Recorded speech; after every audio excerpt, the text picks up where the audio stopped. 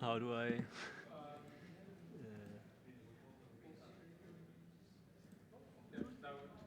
Yeah, that looks good. Can I just leave it like this? Yeah. Okay.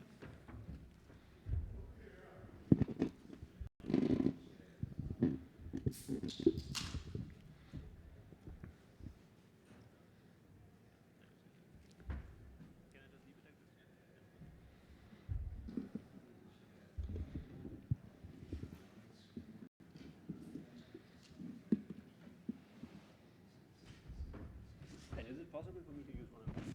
Yeah, sure. No, you can use that. Yeah. Is it on? Yeah. Sounds like it. Okay. And should I then turn off this one? Uh, okay. Yeah. So. Yeah. We'll let you guys. Yep. So we'll just let them control when they Yeah. need Okay. to. It's just because, like, Yeah. because I'm tall, it's a little bit. Yeah.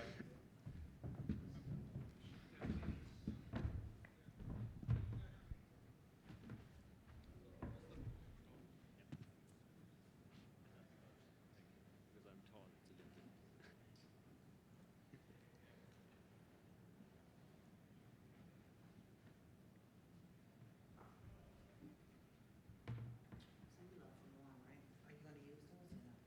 Sorry? I'm going to use one of them. And I'll use the other one as the Okay, session and I chair. just leave them on, because a lot of Yeah. times people forget to turn them back on. Yeah. And We'll it's just leave it. streaming. Yeah. So you left them on? Okay. Okay. Yeah. I think this one's still on, right? Yeah. Yeah.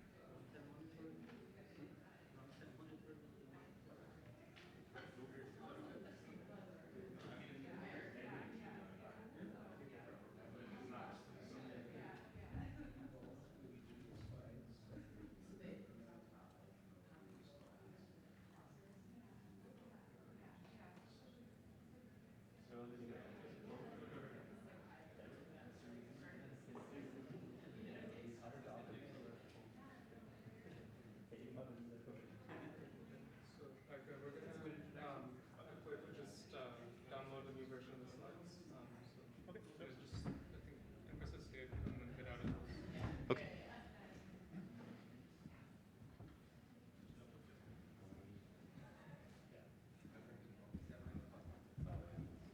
Yeah, I would take a peek at it first, see if they did upload They it. did enough, so. Should I just log into my Google Drive? Yeah, you can. You could just minimize this right now if you want to go. Is there a second screen, or will it be visible to the? It's visible, actually. Let me switch it off. Okay, if you wouldn't mind.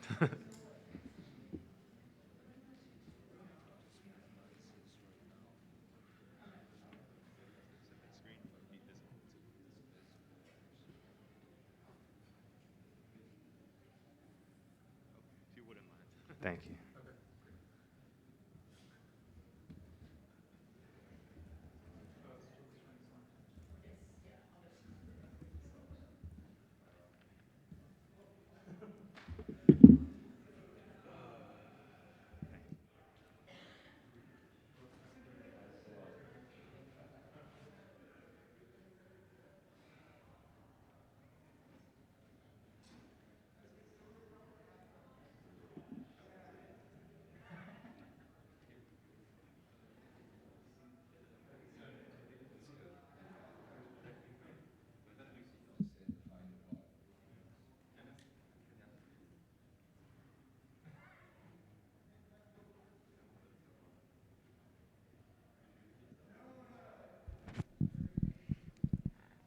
So welcome to the metrics session.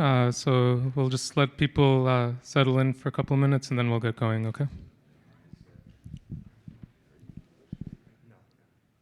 I'm just gonna minimize this so you can get it down here. So welcome to the metrics session. So we'll just let people settle in for a couple minutes and then we'll get going. Okay?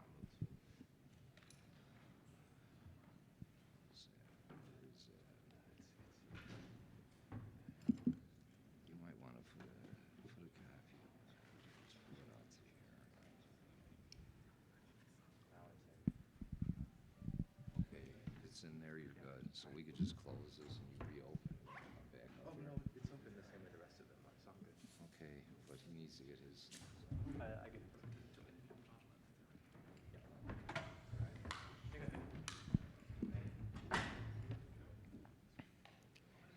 And quick, it's 10 minutes. I'll try to alert you after 8 minutes. So, yep. All right.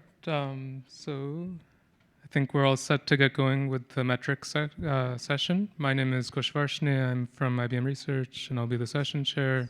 We have a great set of speakers. So we'll do 10 minutes each, and then questions at the end. I think you guys know the drill from the conference so far, right? So the first talk is by Eike Peterson, and I'll let him introduce himself from here. Right? Please go ahead. 10 minutes each. Thank you very much. So my name is Eike. I'm from the Technical University of Denmark. I'm a postdoc there, and this is joint work with my wonderful collaborators, Melanie, Sune, and Åsa, who are also all from Copenhagen. Okay, so this is about risk scores. So let me start by briefly defining what I mean by risk score. So in our setting, a risk score is a number between 0 and 1 that is usually computed by means of a risk model from some input features, and that is designed to approximate the true probability of some binary outcome. Can be a disease or a credit default or something like that. You all know that. And then often classifications are derived from risk scores by simply applying a decision threshold. You also all know this. And so as a running example for this talk, you can maybe think of this case where we are trying to predict the risk of being diagnosed with a major depressive disorder based on just demographics of a patient. And just to emphasize here, so most of the algorithmic fairness work is actually focusing on the classification setting, even if they sometimes look at risk scores. So for example, in the COMPASS case, there are risk scores, but in the end, they all look at misclassification rates. So they actually look at the classification setting. And we are really interested in the risk score itself here. So why care about the risk score and not just about classifications? There are a number of different reasons. Risk scores are attractive because they communicate uncertainty and thereby they enable humans to make decisions. So they can be very useful in situations where automated decision making is simply not an option. And they are simply widely used for that reason in medicine and insurance and other cases. One might want to use them for ranking. So for example, one might want to prioritize who gets access to emergency treatment based on the risk of having an adverse outcome or something. I already want to emphasize here that this may not be a great idea, and I will come back to that later. More generally, in statistics, there's this argument that inference and decision-making are simply two different steps, and they should be assessed separately. And we argue that that should also be the case for the fairness analysis. So we might want to analyze the fairness of the inference stage and of the decision-making stage separately, where inference here would be the risk model identification, and decision-making might be a classification. And finally, even if we are interested in classifications, we might simply not know the classification thresholds in advance, or they could vary over time. So when is the risk model fair? So we said above that the aim is to approximate a true individual risk. And if we don't know anything about classification thresholds in advance, we argue here that the best we can do is simply estimate how well this aim is achieved in different groups. So how well are these risks characterized in different groups? And of course, this is a very narrow focus. You all know this. So even a perfectly epistemically fair risk model can still be unfair in a million other ways. But we focus on the algorithmic setting here. And then the important question is how to quantify this equally well. So how can we measure whether risks are approximated equally well in different groups? And so there are two main properties here. This is, again, very classical statistics. So we have the calibration and the discrimination, and you probably know all these diagrams. So on the right, we have a simple reliability diagram or calibration diagram. So on the x-axis, we have the risk prediction, and on the y-axis, we have the likelihood of receiving the binary outcome. And here we have a typical ROC diagram, which I will not explain.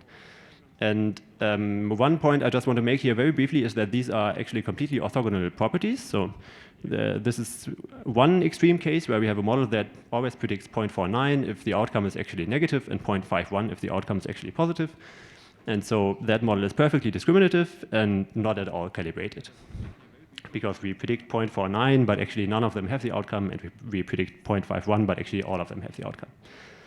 And just to emphasize here, so when I say perfectly discriminative, that is a good thing in this context and does not mean that it's unfair discrimination or something. And then we also have the opposite case, where one can simply predict the base rate, and that is perfectly calibrated. So we always predict 0.5, and actually 50% of the subjects have the disease, for example, but it is obviously not at all useful and not at all discriminative. So these are the two extreme cases, and then the question becomes, can we also achieve a positive case? And of course that is true. I just want to show one brief example here. So here we have two groups. One is a more high-risk group and one is a more low-risk group, and these are the risk distributions of the two groups. And if we now assume that we have a model that perfectly predicts these risks, so it is not a perfect classifier, it just perfectly predicts the risks, then what we see is that we get these ROC curves, so they are actually completely identical. And so we have a model that is perfectly calibrated, and it is area under the curve fair, and it is even error rate fair at all possible decision thresholds. I just want to emphasize this here because sometimes people think that calibration and error rate parity are not compatible, but they are. Yes. And so then the question is, what about this ranking thing that I mentioned earlier? So this is like a nice hypothetical case where it is fair across a number of very different dimensions. And the question is it even also fair in a ranking sense? And so, of course, there are many different ways of looking at ranking fairness, and we just consider one of them here, which is if we have 30% of a diseased population from some group, then we might also want 30% of the patients selected for treatment to be from that group. And so we can simply formalize this. So this is simply the likelihood of being from the group, given that you are selected, should be equal to the likelihood of being from the group, given that you have the disease. And we might want to hold that. We might want that to hold in some range of decision thresholds. And then we can simply rearrange this, and then we get this relative representation, which we would like to be equal to 1. And so if we now look at this, what we sadly see is that even our perfectly epistemically fair risk model can lead to very unfair ranking in this fairness conception. And it is actually relatively easy to see. So if we look at, for example, this decision threshold, so here we now have on the x-axis the decision threshold, and on the y-axis we have this relative representation. And what you simply see is that at this threshold, we simply have much more blue patients with this high risk. And so those are all selected first. And the orange ones would all be selected much later, which is what we see here. So at some point, the orange ones are then actually overrepresented. And so the message here is that even if you have a risk model that is perfectly fair and totally ideal, ranking directly based on those risks can still be unfair, which was not completely obvious to us. Okay, so moving to more empirical analysis. It turns out that metric choice actually matters extremely, and I'm very happy that we will have other excellent talks on basically all of the metrics that I'm talking about later in this session. But so just to emphasize one aspect here, it turns out that the standard calibration metrics are actually sample size biased. So we are not the ones who discovered this. This has been pointed out before, but just to briefly explain it, so what you see here is on the x-axis a test sample size, and on the y-axis the value returned by different calibration metrics. And you see here standard metrics like the expected calibration error and the adaptive calibration error. And this is actually a case where the classifier is perfectly calibrated. So the true calibration error is 0.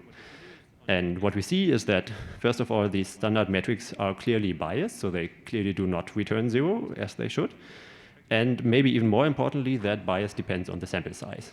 And so that means that if we end up comparing a group of size 100 with a group of size 10,000, as might happen in a fairness analysis, then we might wrongly conclude that the group of size 100 is very poorly calibrated, even though that is just a property of the metric, just because the metric is sample size biased.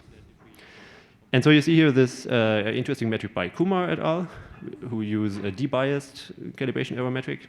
And we see that it is indeed median debiased, so this is what we would like. The median is actually 0 here. And then what we did is we simply added some adaptive bin count search method to it. And we see that the resulting thing is still median unbiased, but has reduced variance. And this is the metric that we use in our case studies. There are other desiderata that I will not talk about in much detail here. Okay, and just to look at our case studies super briefly, so we have two and I only show one here. So this is this depression risk thing that I talked about earlier. This is on Danish registry data.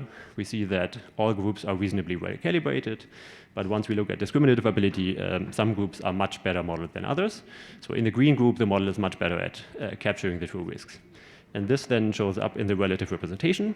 So you can imagine for the green group, the model is able to predict both higher and lower risks, so more extreme risks. And so the green group is then selected first, which is what we see here, and which is what we talked about before. Okay, so to conclude, we claim that risk scores are an important object of fairness study, even independent of any subsequent classification. Their quality can be quantified in terms of calibration and discriminative ability. Most interesting fairness properties are actually compatible, but even if you have such a fair risk score, it might still be unfair to rank based on it. And for empirical assessment, it's important to choose proper metrics, as again, we will hear much more about in the next talks.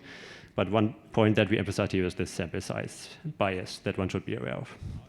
Okay, thanks. Yeah.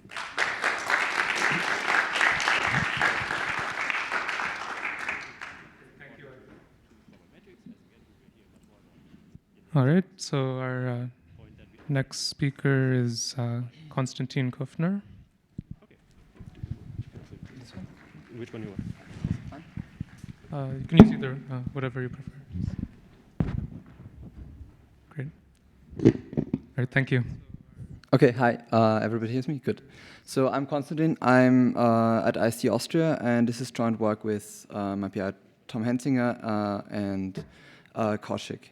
And I'm talking today about our paper, Runtime Monitoring of Dynamic Fairness Properties. Thank you. Okay, can I? Okay, good. So what we've noticed when we looked at the fairness literature, a lot of the questions in fairness are related to a static setting of fairness. That means we have some fixed distribution, we have a classifier, and we want to make sure that this classifier is fair in this stationary scenario. We come from runtime monitoring, so we are interested in a dynamic notion of fairness in some sense, or dynamic settings. That means we ask the question, what happens if we deploy the system into an environment where there are feedback loops and distribution changes and so on. And our question, or what we wanted to tackle with this paper, is we wanted to develop a method that allows us to check whether a system is fair in the long run, once deployed in a proper environment. Well, why is this interesting? Well, it was shown that agents that were actually provably fair or certifiably fair, for example, they satisfied equal opportunity or demographic parity in a static setting, could actually start hurting the population they wanted to protect in some sense. And let me give you an example. So the most common example we found in the literature is related to a lending example. This was, I think, originally proposed by Moritz Hart, but we took it from the paper de Amour, which was a collection of several dynamic settings. So in this scenario, we have three components. The first component is a population. In this population, there are agents that have a credit score, here in this example from 1 to 4, and each agent can be categorized in a group either red or group blue. What you see in this box here is the actual distribution of the credit scores in the populations. Then, given one individual, the bank either grants or denies a loan, and then the customer may repay or may fail the loan. This system in a whole produces a feedback loop. Why is this? Well, let's look at an individual instance of this loop. First, let's say we sampled someone from group blue that has credit score 2.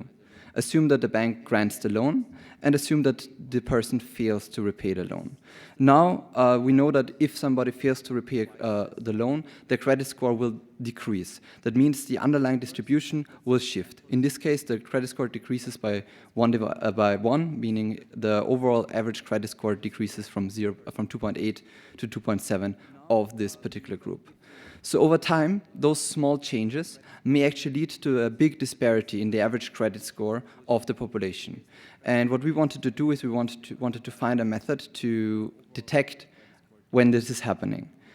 That means we wanted to estimate the average credit score between groups and red, the disparity between those two. The tricky part about this whole setting is that we have a sequence of random variables which are highly dependent in some sense. That means the next sample I see what's the credit score is will depend on the previous decisions of the bank. So we have a sequence of dependent random variables, so we cannot rely on that many classical methods. And this was essentially the challenge we wanted to tackle. So let me just quickly say, one observation here contains the sample, the decision of the bank, and Z, the outcome. And what we wanted to do is we wanted to essentially measure the disparity of the average credit score at time t, which amounts to measuring the distance between the conditional expectations of each group.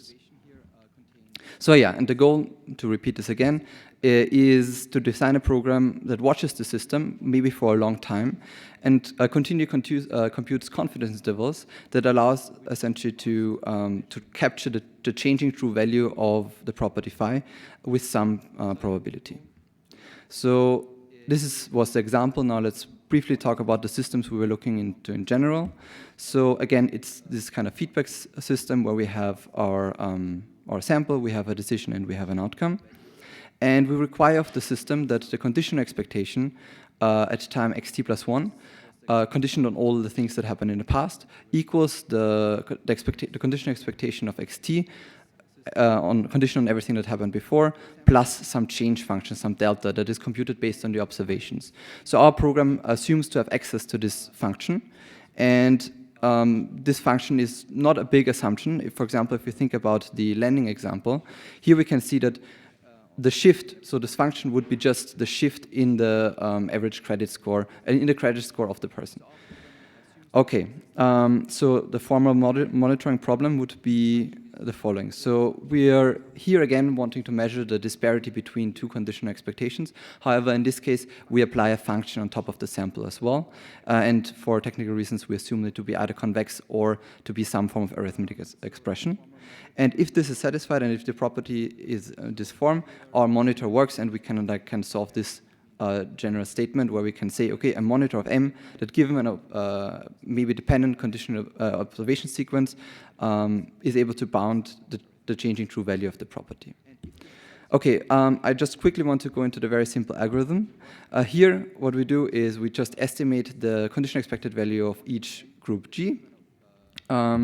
Then we compute the confidence intervals. We push it through the gamma function. This is where the restrictions on gamma comes from, and then we just apply unipound to get the general verdict. I just want to briefly go into how we computed the confidence interval because this was the main technical part here. And so what we did essentially, we figured out that computing the conditional expectation at xt is more or less to say that computing the confidence bounds at xt is the same as computing the confidence bounds for the for an estimator that estimates the expected value of x1. And the task was essentially to bound this. In order to do this, we used a very standard technique that is relies on dupe martingales. That means we start first by taking the expected value of our estimator, and over time we condition on more and more and more observations until we condition on all the random variables we have seen so far. Then we bound the difference of each entry of this dupe martingale to its previous. That means that from time k plus 1 to time k. And once we have done this, we can just apply a very standard inequality called the Zoomer's inequality to essentially bound the difference between the first and the last entry of this martingale. Once we have done this, we just noticed, okay, this was the first entry is the expected value of our estimator, which is unbiased, so it's the expected value of x1. And at the end, we condition on everything. That means we just have the random variable, we have our estimator, and therefore we achieved what was required to compute those confidence intervals. So this was just briefly to mention this. We also ran 2 experiments on 2 settings. The first one was the lending example as sketched out, and the other one was an attention allocation example, which kind of relates to policing. Let me just here briefly talk about the lending one. So what we did here, we assumed that we start in a quite biased world. That means that the average credit score of group red is significantly higher, meaning 3 points higher than the average credit score of group blue. So we start already in this biased setting, and then we trained 2 agents that either like one agent that essentially satisfies equal opportunity, and the other one that is just maximizing the utility for the bank. And we just let this scenario run, as I sketched it at the beginning of the talk. And we just track the true value of the disparity between the average credit scores. And as you can see, for example, that here, the equal opportunity agent actually starts, decreases the disparity in the average credit score slower than the maximum reward agent.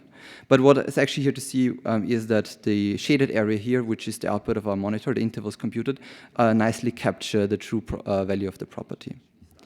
Okay, I just want to, before I conclude, I just wanted to say we were not the first ones who thought about monitoring fairness, but namely, this was actually pioneered by Albert Gutti, 2019, here at FACT actually.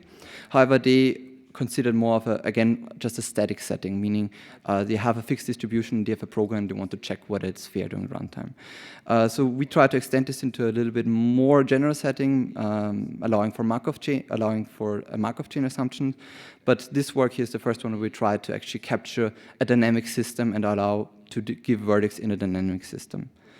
Yeah, so just for concluding, yeah, the goal of this paper was to detect unfair behavior in deployed systems using a simple and very lightweight monitor, and future research would be how can we actually correct this once this is detected. Well, thank you for your attention.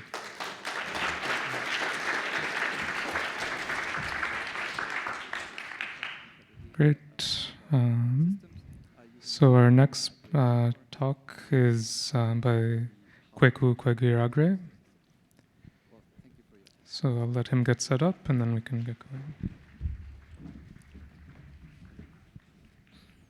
Great. So our next talk is by Kweku Kwegiragre. Great, please go ahead.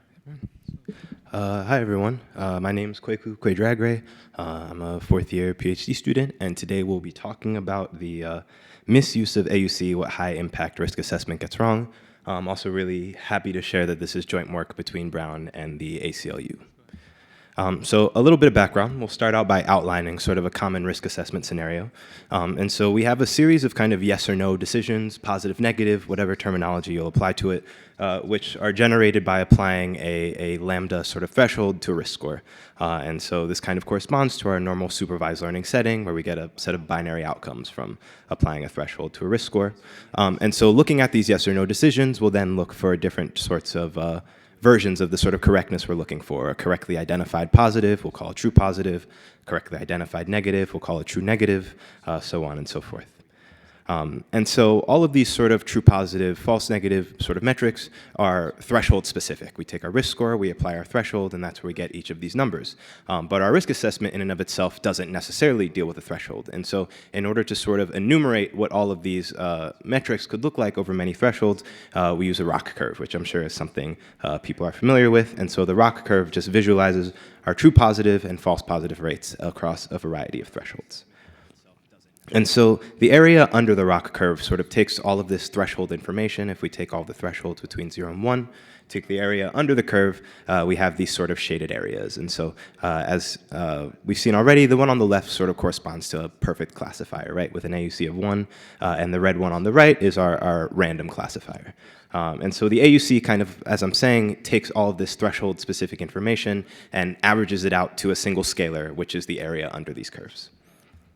And so there's a couple problems with the way that people are using AUC and high-impact risk assessment, and kind of honing in on that specifically is the focus of the conversation today. And so the quote on the screen is kind of a good telling example of the sort of thing we'll be looking at. There's a criminal risk assessment tool in use by the Department of Justice called Pattern. And in the sort of reports where they're determining which model they ought to select amongst many. We have this quote where they say the average AUC of other tools is 0.684. Pattern is 15% more predictive than other tools because presumably its AUC is 0.83. And so what we have is we have a kind of equivalence being drawn between the AUC of Pattern and its effectiveness in terms of predictiveness in terms of other models. This is kind of the power horse of our comparison. But this kind of presents a very specific issue in the context of risk assessment in that a risk assessment is a combination of both a threshold and a risk scoring model. But as we've identified, the AUC happens when we take away all of our threshold information, right? And so what sense does it make to necessarily be validating this model in this very important risk critical context with the AUC, which is threshold independent, when what we're really looking for is to understand how good we're kind of making these yes or no binary sorts of allocations, right? And so this is kind of our first key point, is that people often sort of conflate AUC for a measure of accuracy, and there's a very specific relationship between the two, but it's not necessarily the case where one subsumes one or one is better than the other, right? It's a little bit more delicate. And so the way we can make this clear is with the following example from our paper. You'll have to take my word for it, but there are some situations where a classifier could have higher accuracy and worse AUC, or higher AUC and vice versa, right? And so clearly we can't say that one is always better or one implies the other. The relationship's not deterministic in this way. Sometimes they disagree. And the reason for this is sort of based in the definition of the two metrics. And so it's pretty commonly known that the AUC measures the probability that we have a yes example ranked higher than a no example, right? So this is just a property of the different rankings. A perfect AUC means we have no, no, no, no, no, no, no, and then we get to another score, and now we have a series of yes examples. That's how we get our AUC. The accuracy, on the other hand, requires us to take some risk score and assign these yes or no decisions, and then we want to look at the correctness of each of these decisions, right? And so in one instance, we have a metric for ranking, and in another instance, we have a metric for understanding the correctness of a series of classifications. And so we can reason about AUC and accuracy and correlate the two of them, but this relationship, like I've said, isn't deterministic. This relationship has a little bit more fine print. And one of the things that we kind of uncovered in our paper is that historically the AUC was associated with the Mann-Whitney statistic, which is something that we kind of, as with every other hypothesis test, you would compute a standard error and have a p-value and all those sorts of things. But now, over time, the AUC has kind of just been treated as a measure of model accuracy. However, we can kind of see that the AUC and accuracy can only be related through probability. And so one way to kind of make this clear is we visualized a bunch of confidence intervals for what different AUC values could be for a given classifier that makes a certain sort of fraction of mistakes. So along the x-axis, we have a classifier which is making, is 60% accurate, 65% accurate, whatever it may be. And on the y-axis, we have our AUC values. And you can see that towards these accuracy values on the right side of the figure, these AUC intervals are really tiny. So if I have a classifier with near perfect accuracy, I'm going to have fantastic AUC. But in the situation my accuracy is kind of getting worse and worse and worse, these confidence intervals get much bigger, right? And so the accuracy is kind of only a noisy signal of the AUC and vice versa, right? We can't relate these two things deterministically. And this also kind of crucially depends on the balance of the class balance of our examples. And so if we have a lot of yes instances or a lot of no instances, then the width of these intervals is also going to increase as well. And so that kind of rounds out the first set of problems, and I encourage you to look at the paper for more details, but accuracy and AUC, as I identified previously, are not the same thing. The second problem is kind of one of a more socio-technical procedural lens, and this is the way that AUC is kind of being used in the context of these risk assessment tools. And so we have a lot of examples on the screen here, also kind of picking on the Department of Justice again, but these are quotes from a report in which they're validating their choice in model for this pattern criminal risk assessment tool that I was discussing earlier. And I'll read the first one for you. It says, predictive validity is measured through AUC values. Simply put, an AUC of 0.5 means there is a 50% probability that the result is accurate, which is the same as a coin toss. And so that's not great, as I hear from the chuckles in the audience. But these are sort of the practices which are kind of rampant in these high-impact risk assessment scenarios, and I think it's very much our job job to be able to kind of tease out how we ought to use these metrics and how we can kind of improve these practices, which we're chuckling at. And so it's not only the Department of Justice that we can pick on. There's a lot of other tools and a lot of other different scenarios and contexts. In our paper, we focused on education, child welfare, family policing, and the criminal legal system. But the Allegheny screening tool, which is something that my colleagues from the ACLU discussed earlier, or the Wisconsin dropout early warning system, something in the context of education. These are all settings where in these reports we see this very sort of incorrect usage and interpretation of the AUC. And so this kind of brings us to our second key point, is that risk assessment developers and government agencies are incorrectly interpreting this metric to justify the use of their risk assessment tools. And so a kind of clear way to sort of summarize the confusion surrounding the way we're using AUC is to sort of look at normative descriptions or semantically meaningful descriptions we've attached to AUC values. And so if you look at the quote on the screen, it says, relative to other risk assessment tools, an AUC score of 0.65 would indicate good predictive performance. So what we've done is we've taken an AUC score, which for all intents and purposes is just a number, it's kind of arbitrary, and we've attached this label of good to it, right? And so people reading this validation report could say that, oh, if my AUC is 0.65, that means I've done a decent job making a model. However, there are kind of other reports which will have different ranges for these same exact AUC values. And so you can see, it's kind of funny that in some reports, an AUC between 0.5 and 0.65 could be considered good, but in another report, you know, between 0.64 and 0.7 could be considered good, right? Or considered poor, whatever label we attach to it. But even amongst different validation reports, we can't really agree amongst ourselves what determines a good AUC. And sort of the kind of lesson that we ought to understand is that we can't, you know, apply these all-knowing or sort of omniscient values to these different sorts of metrics, right? It's important to pay attention to the context and to understand the application and area that we're working in.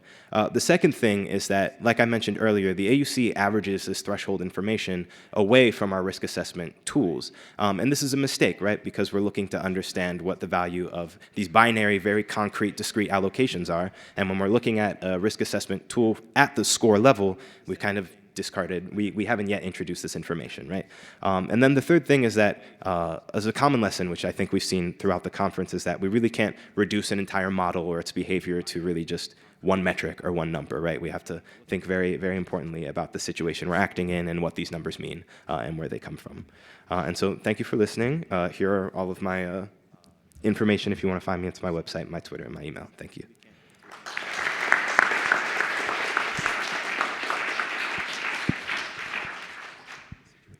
Great, thank you. So our next speaker is Benedict Holtgen. So we'll let him get set up.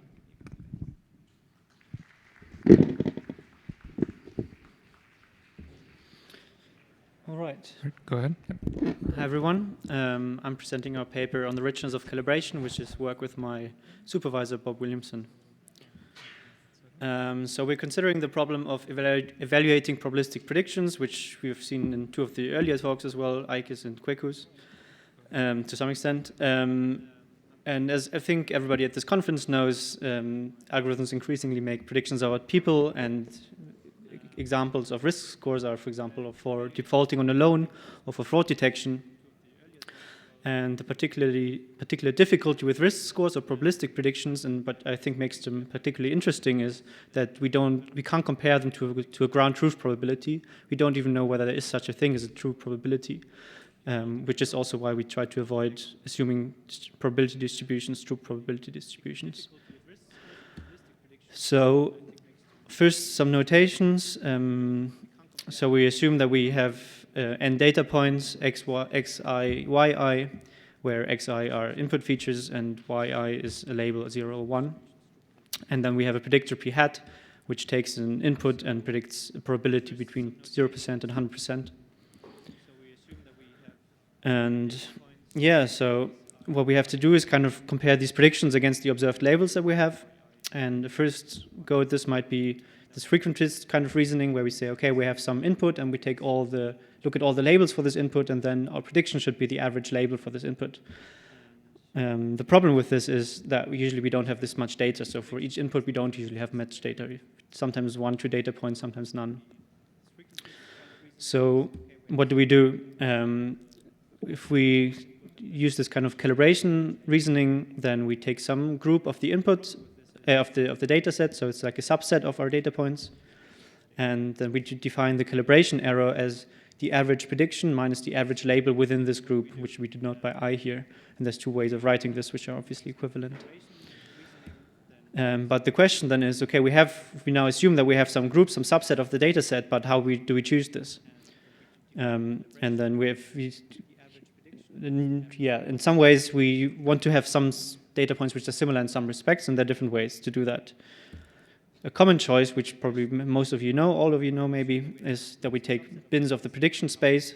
So we have this predictor going from the input space to the prediction space, and then we divide our prediction space into bins between 0% and 10%, 10% and 20%, and so on.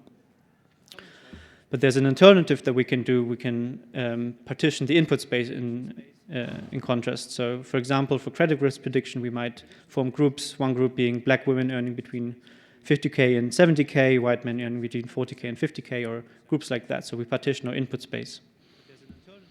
And an advantages of the second way of going about forming groups is one thing that our groups are more interpretable, because we don't just say, okay, we take groups which have similar predictions, but they can be very different people, but we form groups which are actually like meaningful to us. And a more concrete or a more formal, something that we can formalize more, also an advantage, is that we can avoid more forms of stereotyping, being, for example, if we have some minority group where there's more qualified and less qualified people, then if everybody gets the same prediction, which is a form of stereotyping, then everybody would land in the same bin. And if we do this prediction space binning, then our calibration metric might say we're perfectly calibrated because everybody's just in the same group. But if we partition by the input space, then we might divide these groups and see via calibration that we're actually not predicting very well. And there's literature on multi-calibration you might be familiar with which combines both things. But there's a trade-off, and the more we do one, the less we can do the other, because our groups can't get like infinitely fine, obviously. Okay, we have something on the history of calibration in a paper which looks at this, but I don't have time for this, I think. So now we assume we have formed some groups, we calculated some calibration scores for these groups, but for many cases we want some population level score, either to optimize it directly or to combine different models. And how do we aggregate these group scores into a population level score?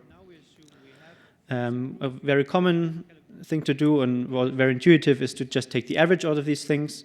One example is the expected calibration error, where we make bins of the prediction space, and then we take a weighted average of these calibration errors, of these absolute calibration errors. And the variant of this is the maximum calibration error, which takes the maximum instead of the average. But what we thought about is, okay, these are particular examples, but what can we say more generally? What are sensible ways to aggregate scores?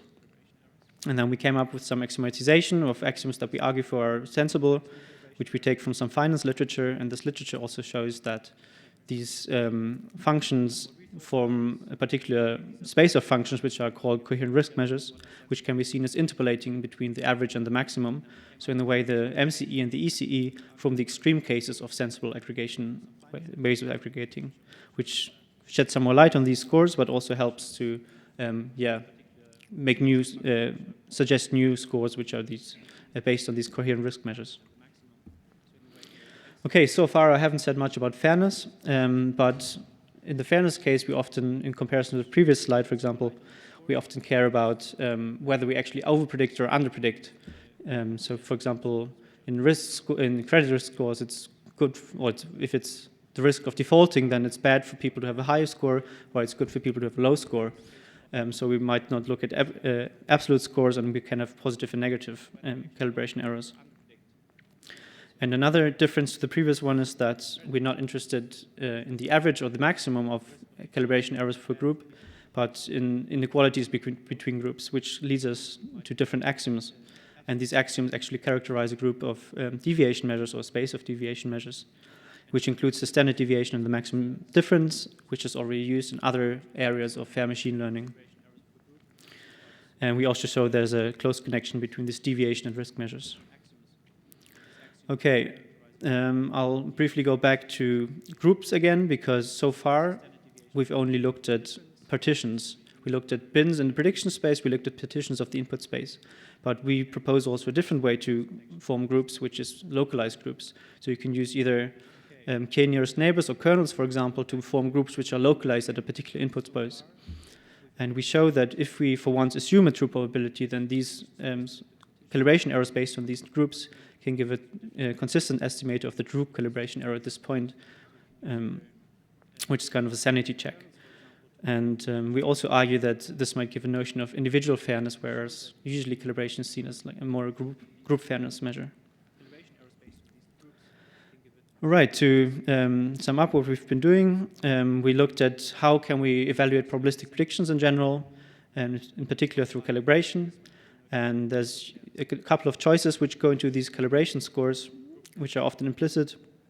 One of them being on the grouping side, on the grouping part, and we use some notion of some principle of grouping, which is usually similarity in input space or similarity of predictions. Then we have a choice about the size of the groups, which I didn't talk about here. We go a bit about this in the paper. And also we have this question of the structure of the groups. So do we want a partition? Do we want localized groups which can be overlapping? So it's not a partition because inputs can be, data points can be parts of multiple groups. And then the second part about how to agglomerate these calibration errors into a population level score. We've seen that if you want to assess some sort of general quality of a predictor, we can do something between the mean and the max. With risk measures, or for fairness, we can use measures of deviation. And yeah, we argue that we can maybe get different intuitions about fairness, some more about the group fairness, some more about individual fairness, depending on the structure in particular that we use. But all of this that I've been talking about assumes that we have representative data, so there's a prior step, so to speak, where we have to think about how we collect the data, obviously, as everybody in this, a lot of people at this conference talk about this more, have something to say about this, which is more foundational or founded than I can say. And also we consider fairness as an aspect of justice based on some philosophical literature, which says this is not like obviously everything we have to do, like there's much more to justice than that. Yeah, thanks for listening. You can catch me later or get in touch otherwise.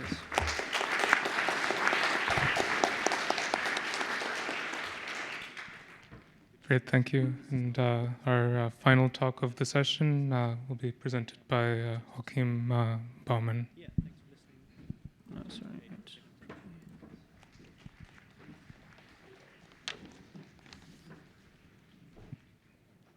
Great, thank you. Our final talk of the session presented by Joachim Baumann. Great. Go ahead.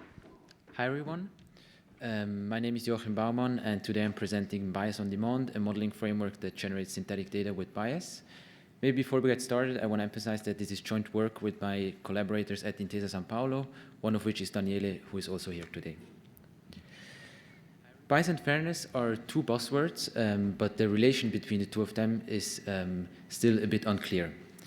In this work, we try to structure the debate and to formalize different types of biases. And we also want to emphasize that these types of biases can emerge at during different stages of the machine learning-based decision-making pipeline. In that sense, our main goal is to foster the study of fairness and bias mitigation in datasets where one can control the presence and the magnitude of different types of biases. This is something that in real-world datasets is often not controllable. So let me first introduce a few different types of biases that we consider in our paper. And first of all, also some notation before coming to the visualizations. So we denote the sensitive attribute by A.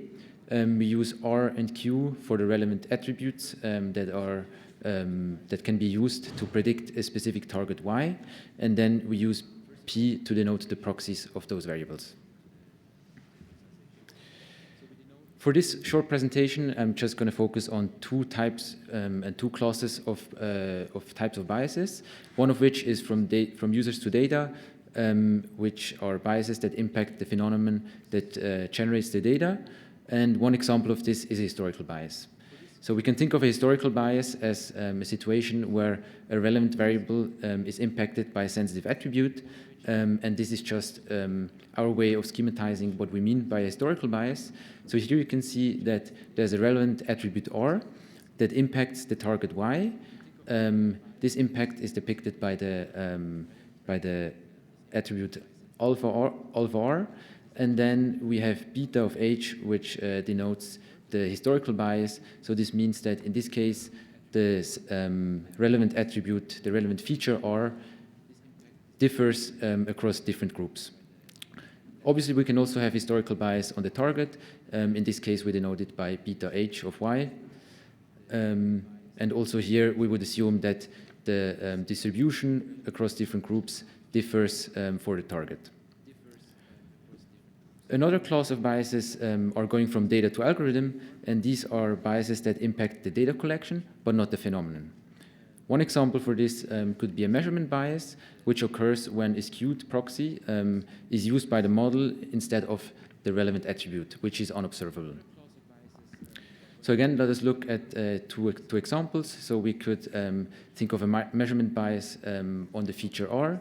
In this case, the model cannot use the true attribute R, but it can only use its proxy. And this proxy systematically differs across groups. And we indicate that with the arrow going from the sensitive attribute A to the proxy of R. And again, the magnitude of this bias is denoted by beta M of R. Similarly, we can also have a measurement bias on the label, where the model has access to the real attribute of R, but only to the biased proxy of the label. In the paper, we describe a whole range of different biases, but I'll leave that to the paper. And let me quickly introduce how we structure our synthetic data generator. So basically, it's a set of structural equations that account for those different types of biases. I don't want to go into too much detail for these equations. Maybe just briefly, we have a binary attribute, sensitive attribute A. We have a continuous variable R and a categorical variable Q. These are the features that can be used, and they might suffer from historical bias. So the way we formalize historical bias in this case is a distribution shift, which is indicated by the beta attribute, and it can occur both on the feature R or on the feature Q. Similarly, we have the target, so we use the continuous variable S, which of course depends on R and Q, but then potentially also on A if there is historical bias. And we simply threshold the continuous variable S to obtain a binary target. Then for those variables, we also have the corresponding proxy attributes. And again, the main thing that I want you to take away from this slide is that also for the measurement bias, we formalize it as a shift of the proxy variable distribution for the different attributes, so R and also for S. And you could also simulate representation bias, which can be done by undersampling the group of people that have an A equal to 1, either conditionally or unconditionally on R. I'd encourage you to play around with our synthetic data generator, as this can be done really easily in just 2 lines of code. So you can just install and import our Python package Bias on Demand, and then using a simple function, you can generate your own data set either without any bias, or you can use the function parameters to specify the presence and the magnitude of the biases that you want to have in your synthetic data set. In this simple example, we have a measurement bias on Y and a historical bias on R. Let me briefly tell you what kinds of experiments that we look at in the paper. So we generate a lot of different data sets with a lot of different types and combinations of biases, some of which you see on the slides. For each data set that we generated, we then train a random forest, and this random forest is mitigated by different bias mitigation techniques. So first of all, we looked at what is called fairness through unawareness, which basically corresponds to blinding the model with respect to the sensitive attribute, but then we also consider a whole range of post-processing techniques that ensure different well-known group fairness metrics, such as, for example, demographic parity, equality of opportunity, or many more. So I don't want to go through all of the examples that we considered in the paper, but instead I only want to give you a sense of how such an experiment could look like, and we do that on the example of measurement bias on R. So as we've seen before, measurement bias on R denotes the case where we don't have access to the true attribute R, but only to the biased proxy of R, and this biased proxy of R systematically differs across groups. So in this case, it could, for example, be let's say we're in the credit lending case and we use the income of applicants as a relevant predictor of their creditworthiness, but we have systematic measurement bias so that across gender, for example, the measured income systematically differs. So what we find in this example, so in the leftmost panel, you can see that what happens in the unmitigated case. So if we just take the plain random forest without employing any bias mitigation technique, and we can see that with a slight reduction of accuracy, the model is able to account for the measurement bias. So we see that all of the group fairness metrics that we consider are actually achieved, but then it gets interesting when we employ fairness through unawareness. If we consider fairness through unawareness, the model all of a sudden doesn't have access to the sensitive attribute A anymore. And without having access to the sensitive attribute A, it cannot account for the measurement bias anymore, which means that in this case, blinding the model with respect to the sensitive attribute not only leads to a reduction of accuracy, but it also harms the disadvantaged group. So in our paper, we have a whole range of other and more complex examples, but just on a very high level, our findings empirically confirm the effectiveness of post-processing solutions, except for one specific case, which is a measurement bias on the target, which is something that we also focus on in the paper. In addition to that, our findings also confirm previous theoretical results that showed that there are various different trade-offs when enforcing fairness, and also that there are lots of limitations when one tries to achieve fairness by just blinding the algorithm. And in addition to that, our solutions also hint at the fact that just collecting more data is usually not enough to mitigate biases, but in fact, it depends which kind of bias we have present in the data. And also in this case, we need to make sure that the collection of more data needs to be done right, in the right way. So overall, we hope that our open source toolkit enables further research on bias and fairness, on specific types of biases and combinations of them. And with that, I want to thank you for your attention.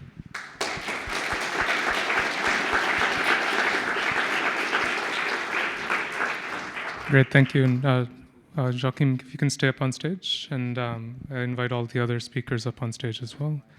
And now is the time for questions. So if anyone has a question, they can come up to the microphone right here. Okay.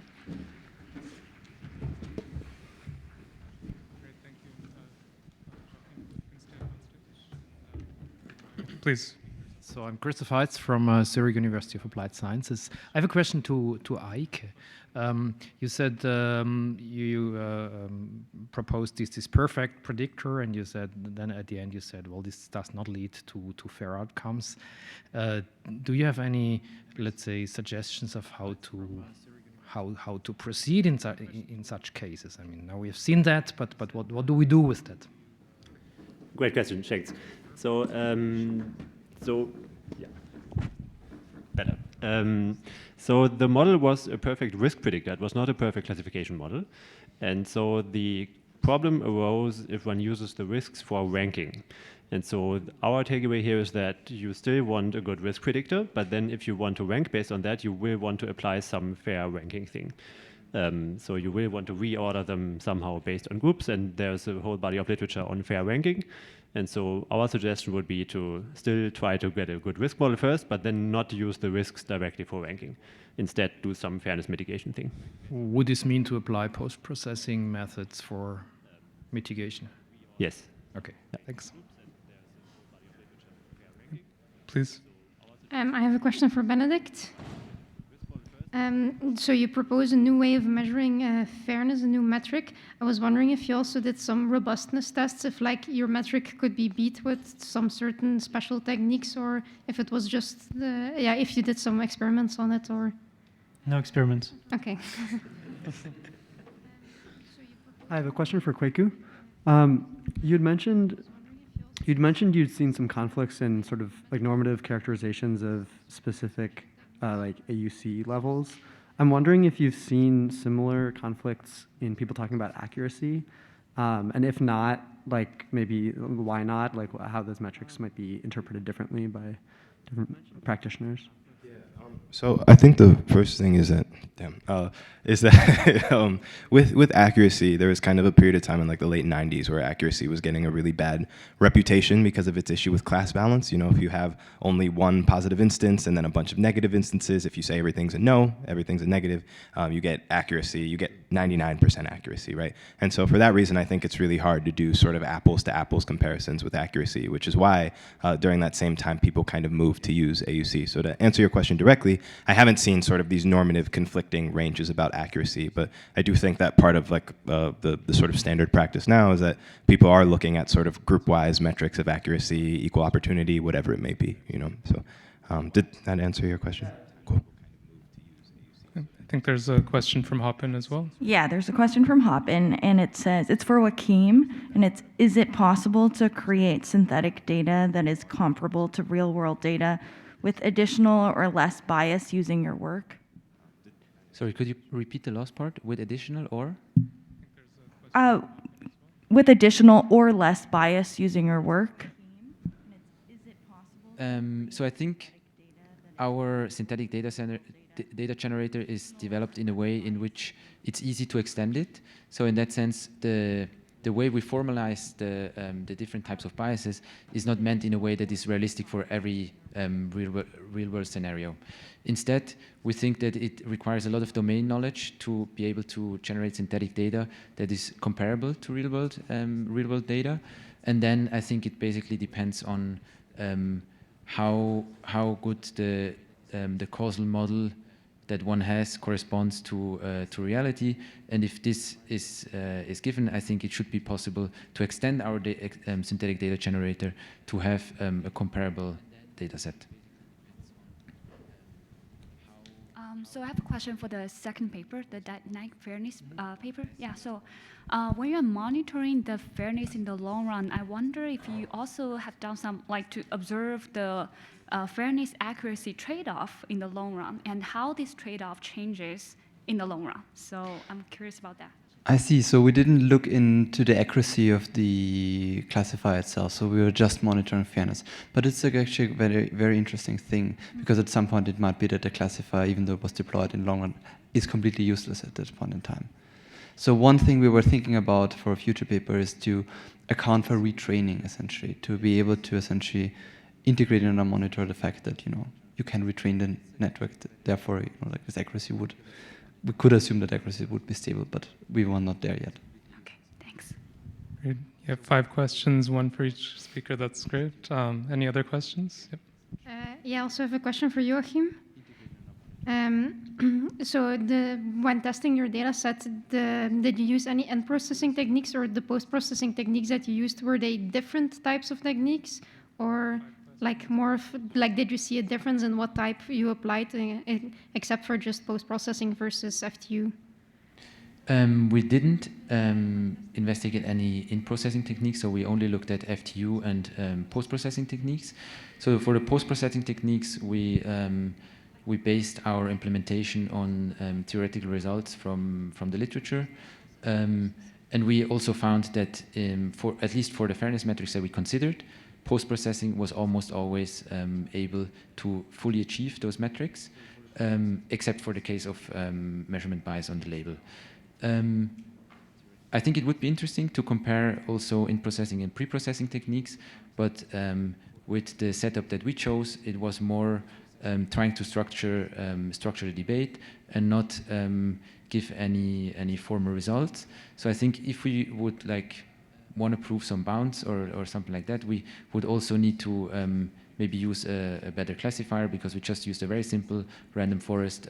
So our main focus was more on the data set and then how it relates to fairness metrics, and not specifically on how we could best, how we could optimally mitigate with different techniques. Okay, thanks.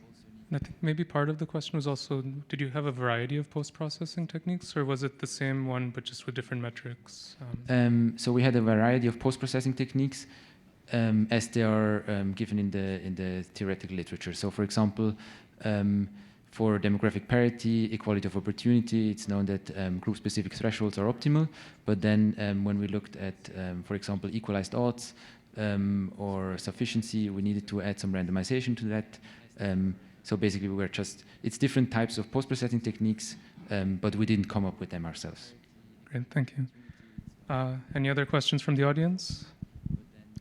Okay, so let me just ask each of you the same question to wrap up the session. So everything all of you guys said has a lot of nuance to it, right? Requires you to sit and think for a while, but when we're dealing with practitioners out in the field, they often don't have the time to think and sit and think deeply. So how would you take, your results and kind of say them so simply that we could get the general public or practitioners to buy in? Great question. So I would probably highlight the one thing, which is the sample size bias. So if you are using a metric, be aware that it might be sample size bias, in particular if it's a calibration metric, and that is especially a problem in fairness analysis.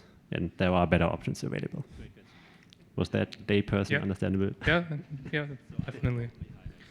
I would maybe say that every metric or any evaluation that people use always has lots of implicit or explicit choices, which are maybe not as obvious. And in our paper, we try to flesh out what these choices are for calibration. And so, yeah, think about what's implicit and maybe find a paper where they talk about that. I think in my case, I'm kind of lucky to have all collaborators who are practitioners at Intesa Sanpaolo Bank. So I think they could definitely help me to transfer the knowledge of our paper to what they should be doing better in the bank. But maybe to just briefly mention two things.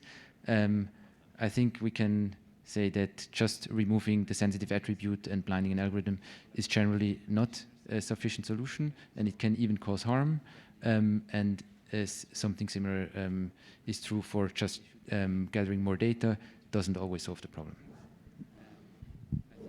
Yeah, I haven't thought about this in detail, but generally the idea of monitoring, or the idea of making sure that once you actually have deployed the system, you cannot forget about it, and you need to be able to check whether it behaves correctly, would be, I think, the sentence I would use. Mm-hmm.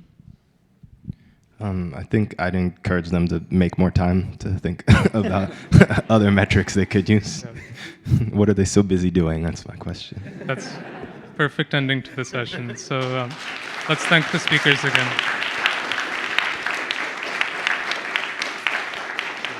Thank you all. Other metrics they could use. What are they so busy doing? That's my question. That's perfect ending to the session. So let's thank the speakers again.